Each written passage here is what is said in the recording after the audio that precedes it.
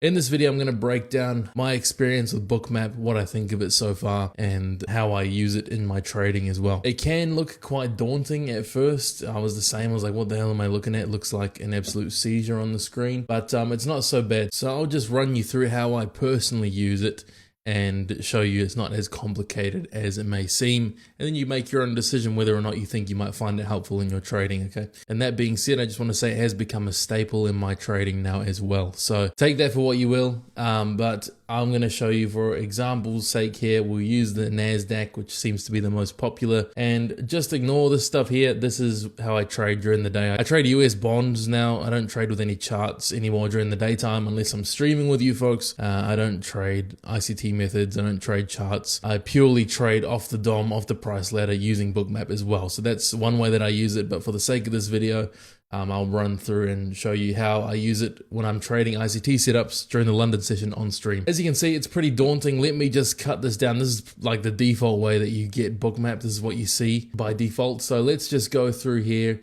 And if I configure visible components, let's remove everything from the chart here, all right? So what I use Bookmap for is this. Number one, I want to see what the last printed price is, okay? Just shows current price. And then I want to see the heat map. Now this looks confusing to some, right?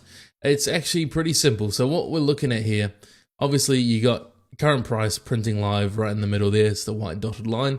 And what you see with these levels here where the heat or the infrared style graphical representation here is showing you where the resting orders are, okay? Based off the order book. So here we have the current order book for the NASDAQ, and you can see orders resting at certain levels in price, okay? Now you'll always find that there will be liquidity resting just above and just below price. That's irrelevant to me. That's just noise, that's arbitrage, whatever. I'm not really interested in that, but what I am interested in is those longer term levels. So you can see if we zoom out a bit, you can see there's a bunch of orders resting at 18,450 and that hasn't moved. It stayed a solid line. Boom, that solid line is resting liquidity that I would be interested in, right? So that would be a level of sell side liquidity that's actually there, right? We're not just guessing based off candlestick patterns and you know what you're seeing on a candlestick chart, which doesn't show you the whole picture. Whereas here, we can see, okay, there actually is resting liquidity at 18,450. And the interesting thing is, if we open up a candlestick chart right now, and this is the same as the NASDAQ contract, futures contract, you can see that level 18,450 is actually right there, right on the body low. Okay, so not the swing low of the candle, just on the body. So the open of this candle here at 4 p.m. Eastern time, the liquidity is resting right there, 18,450 at the body low. So there's nothing resting at 3950. Nothing at the low of the candle itself, but at the open of the candle is where the liquidity is resting, okay? So that's why I find it useful, because when you're trading purely with a candlestick chart, right, an ICT trader might be like, oh yeah, there's sell side liquidity resting at 18,467, waiting for a sell side liquidity sweep and reversal from there. But there might not even be liquidity at that low, so what are you waiting for? A sweep of nothing. That's why I find it useful, because you actually can see where liquidity is resting for real. And you can only do this, mind you, in the futures markets. If you're trading CFDs, Forex, you won't be able to see that because it's not a centralized market. You trade a centralized market like futures, you can see this information that's available to everybody who has the tools available to do this. So along those same lines, tonight when we get to the London session, you know, you guys know me, I trade, when I'm trading ICT style, I like to look for the Asian range high and low. So if we're looking from 8 p.m. through to midnight, I will then look when I'm coming into the London Open, I'll have a look on the Bookmap to confirm if there actually is liquidity resting at the high and low of Asian, because what I'm waiting for is that liquidity sweep of one of those levels and I get my setup from the reversal from that point. So if I jump to Bookmap, and I see that there's actually no liquidity resting at those points, then I'm thinking, okay, well, I don't need to wait for a liquidity sweep of that zone because there's no liquidity to be swept. Is that making sense? So that's why I find it useful in conjunction with that ICT style. Admittedly, I don't really trade ICT style too much anymore. I'm trading the bonds, US treasuries these days purely off the price ladder, and I don't really even use the heat map.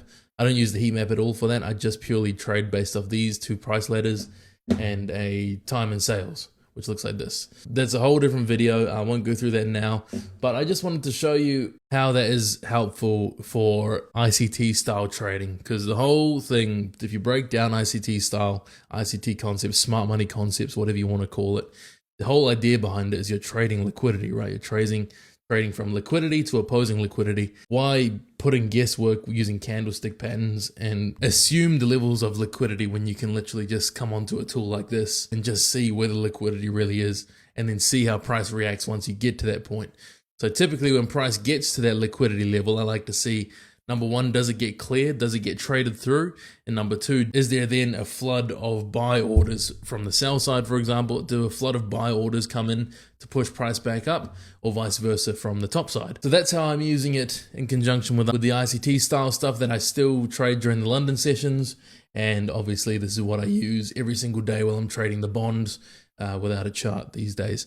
So I hope you guys found that somewhat useful. I don't partner with many companies. I don't promote many companies unless I myself personally use them and approve of them myself. Bookmap, I've partnered with Bookmap because I use them every single day. I think it's a great tool. It helps with my trading. It's not going to be for everyone, of course. Some people like to keep things super minimal, but if you're like me and you want to actually see, remove some more guesswork from trading. This is a tool that I find very useful, very helpful. And of course, I'll only always partner and affiliate myself with things that I actually use. The day I stop using them or disprove of these products or companies, I will also stop promoting them. So if this is something you might be interested in, the link is in the description below and pinned in the comments. Follow that, you should get a special deal using my link. And also let me know in the comments if you want me to run through the features of Bookmap or how to set it up, etc. They do have a lot of information on the Bookmap website itself about how to set it up. That's probably where you should go. But if there's something that all of you really want to see, put that in the comments below and I can help you guys, run through and set it up with you. So let me know, guys. Hope you enjoyed the video. Hope you found it helpful. I'll catch you guys next time.